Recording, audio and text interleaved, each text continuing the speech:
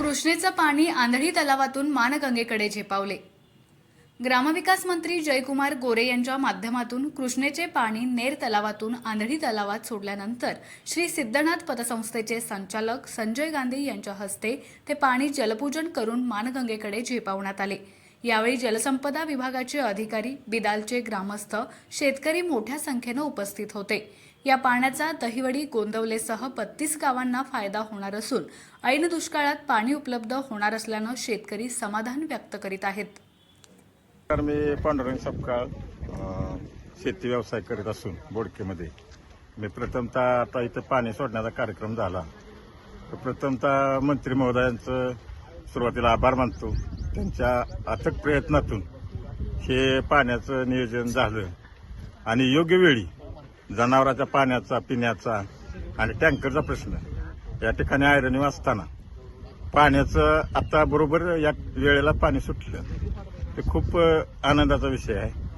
आणि त्याच्यामुळे जनावरांचा चारा असेल, पिण्याचं पाणी असेल, फळबागाचे पाण्याचा विषय असेल, शेवटच्या टप्प्यातल्या पिकांचा पाण्याचा विषय असेल, तो भाऊंच्या माध्यमातून सुटला। ह्याच्याबद्दल मी भाऊंचं खूप खूप आभारी आहे आणि सगळ्या जनतेच्या वतीनं मी त्यांचं आभार मानेल एवढं थोडं आहे। आज या ठिकाणी आंधी धरणातून पाणी मानगंगे नदीत सोडण्यात आलेलं आहे आणि प्रत्यक्षात ज्या पाण्याची गरज होती, अत्यंत गरज होती, अंतिम टप्प्यात पिकं आलेली होती, डाळिंबाच्या बागेला, कांद्याला म्हणा किंवा पिकांना जी पाण्याची गरज होती आणि ती आज बऱ्यापैकी पाणी सुटल्यामुळे माणसांची गरज भागणार आहे।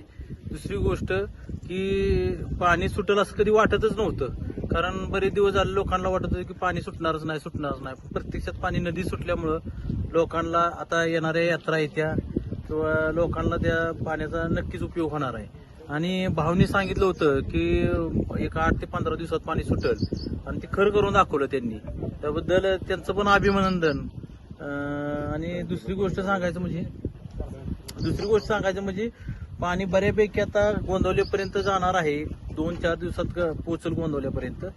अशा पद्धतीने पाणी पण चांगलं येते पाठीमागून सुद्धा, त्यामुळं गावच्या वतीनं किंवा लोकांच्या वतीनं खूप खूप अभिनंदन त्यांचं। आंधी धरणातून जे पाणी सुटलेलं आहे, कृष्णेचं पाणी, खरंच आता या उन्हाळ्याच्या दिवसामध्ये पाण्याची जास्त गरज होती।